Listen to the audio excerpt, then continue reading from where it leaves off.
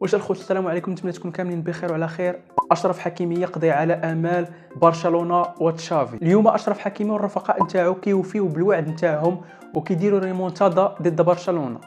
والمباراه نتاع اليوم كانت مباراه مثيره بحيث انه تطرد اراوخو في الدقائق الاولى، وهذا الشيء هذا اثر على المباراه، عطى مساحات كبيره للاعبين نتاع باريس سان جيرمان.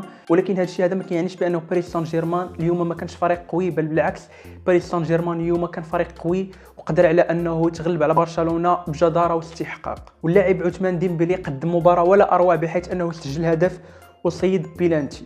اما فيما يخص تشافي فتطرد بحيث انه بدا كيحتج على الحكم نتاع المباراه وتم التوجيه بطاقه حمراء اليه.